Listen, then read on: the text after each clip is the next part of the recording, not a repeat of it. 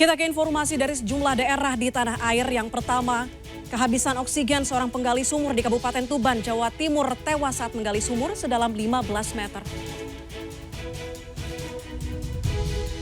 Kecelakaan kerja terjadi saat proses pembersihan sumur tua milik warga di Desa Sembungin, Kecamatan Bancar, Kabupaten Tuban pada Senin pagi. Seorang penggali sumur bernama Trisno tewas. Sementara rekannya bernama Samin lemas hingga harus dievakuasi dari sumur sedalam 15 meter.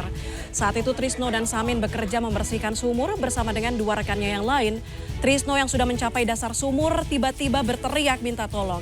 Samin yang menyusulnya juga kemudian berteriak dan berhasil dievakuasi dengan selamat. Namun Trisno ternyata sudah meninggal dunia di dasar sumur. Penyebab kematian korban belum diketahui dan polisi masih menyelidiki kasus ini. Berikutnya, unjuk rasa mahasiswa mengkritik kebijakan program yang dijalankan Bupati dan Wakil Bupati Pandeglang, Banten berakhir ricuh. Masa terlibat aksi saling dorong dan baku pukul dengan aparat kepolisian yang berjaga.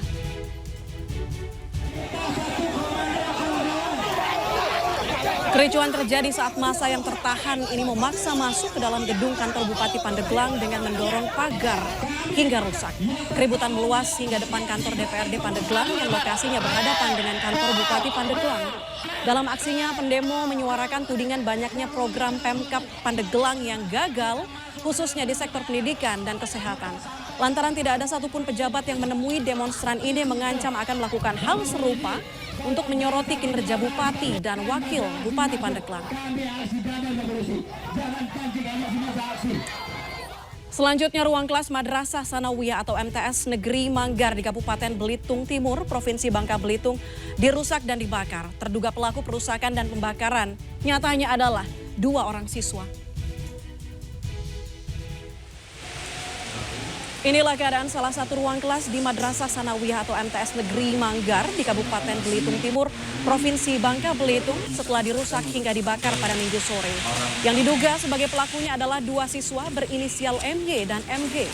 Keduanya ditangkap pada Senin pagi setelah polisi menggelar olah tempat kejadian perkara dan insiden ini diketahui pertama kali oleh pemilik kantin yang saat itu menaruh barang dagangan untuk dijual pada Senin. Namun saksi melihat bahwa ada kaca jendela kelas pecah dan langsung melaporkannya pada polisi. Hingga Senin, 2 siswa tersebut sudah berstatus anak yang berhadapan dengan hukum dan masih diperiksa terkait dengan motif pembakaran.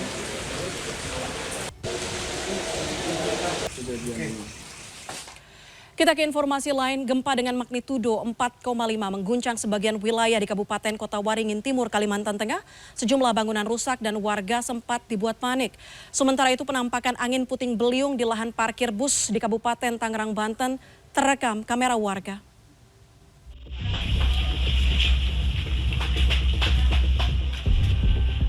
Gulungan angin puting beliung yang bergerak kencang terekam kamera warga di sebuah lahan parkir bus di Kecamatan Pasar Kemis, Kabupaten Tangerang, Banten. Sebuah tenda yang berada di dalam lahan parkir bus tumbang setelah sempat terseret angin puting beliung yang berputar selama hampir 5 menit.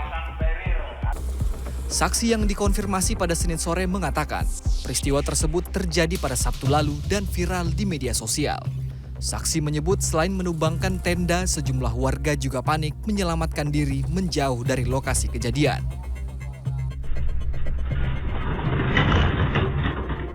Video amatir warga merekam saat gempa terjadi di Kota Waringin Timur, Kalimantan Tengah. Atap plafon dari tempat ibadah di Desa Sungai Paring berjatuhan akibat gempa yang terjadi beberapa detik pada Senin dini hari.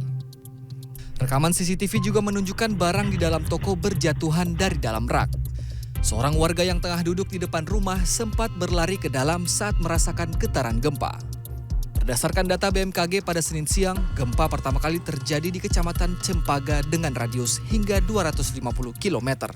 Hasil analisis BMKG menunjukkan gempa bumi ini memiliki parameter dengan magnitudo 4,5. Epicenter gempa bumi itu terletak di koordinat yaitu tepatnya itu lokasinya di darat. Itu jaraknya 25 km timur laut Sampit pada kedalaman 13 km. Hingga Senin tidak terpantau adanya gempa susulan. Selain itu, gempa juga tidak berpotensi tsunami sehingga warga diimbau untuk tetap tenang. Tim Liputan CNN Indonesia.